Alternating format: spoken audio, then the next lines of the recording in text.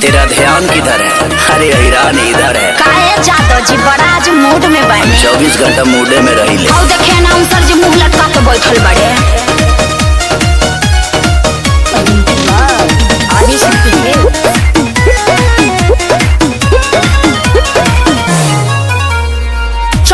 24 घंटा करो तारे पीछा, पांडा जी चुम्मा क्या मांगो तारे भेक्षा।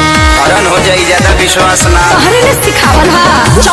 24 घंटा करो तारे पीछा, पांडा जी चुम्मा क्या मांगो तारे भेक्षा।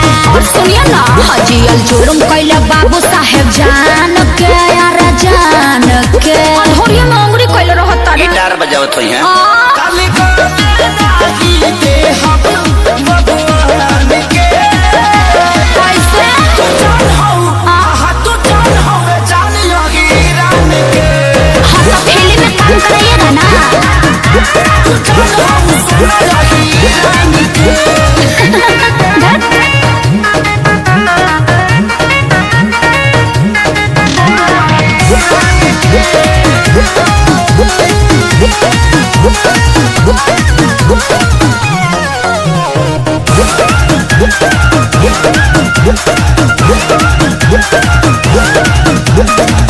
तिवारी जी कहते पर देखे बड़ी डर लहबता, लाला क्या बेटौआ क्या गाँव में छापा मांगा। छीट दो सब लोग बिटोरली। कवनो वादी नरी मारत तोहर थमले नहीं थे हार, छपरा से बंदे तकले सोना के दिखाई मोला। चौहानी छुआता देख चौहान के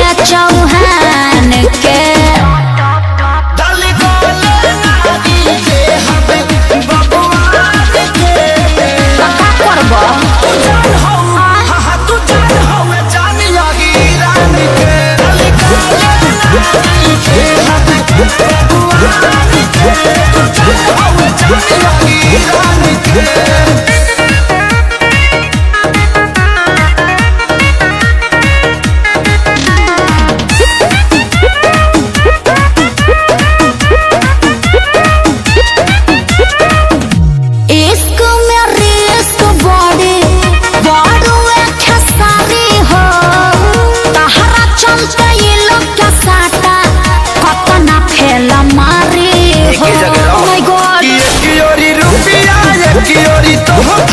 धक्कना पुले हब हो जवन बोली बाबा चौपा बसवा मुंह में घास दे हब हो।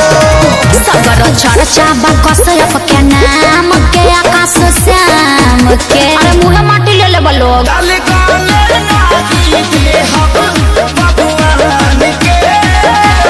करे जा तू जान हो जानी लगी रान के। अरे जीवन बबुआन के।